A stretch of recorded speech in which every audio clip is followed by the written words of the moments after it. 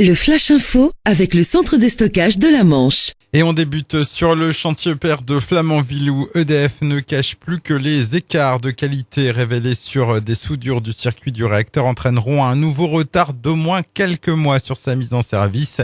Déclaration du patron du chantier, Bertrand Michou, hier lors de la commission locale d'information qui s'est tenue au Pieux.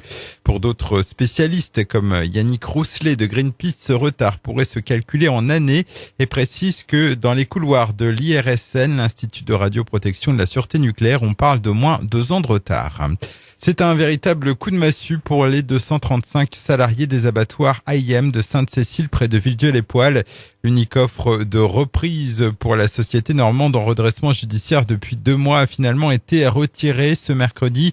En conséquence, le tribunal de commerce de Rouen a prononcé la liquidation judiciaire de l'entreprise. AIM fermera ses portes dès ce week-end et les salariés se retrouveront au chômage technique. Encore un violent accident hier en fin de journée près de l'Essai. 2 voitures se sont percutées frontalement au lieu-dit le Hotot. 5 personnes ont été touchées dans cet accident, dont 2 gravement. La conductrice d'une des voitures, une femme de 70 ans, et sa passagère âgée de 90 ans. La première a été évacuée par hélicoptère vers l'hôpital d'Avranches. La seconde a été transportée par la route vers l'hôpital mémorial de Saint-Lô. Les 3 autres victimes légèrement blessées ont été prises en charge par les pompiers.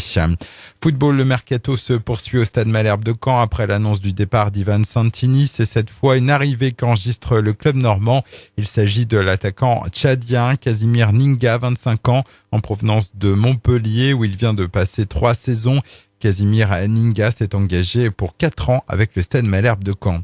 Et puis un appel à l'aide de l'association Chiens et Chats du Cotentin qui fait face à de grandes difficultés financières. Elle est dans l'incapacité d'honorer 28 000 € de frais de vétérinaire. L'association qui lutte contre la maltraitance animale a procédé à plus de 400 sauvetages depuis sa création.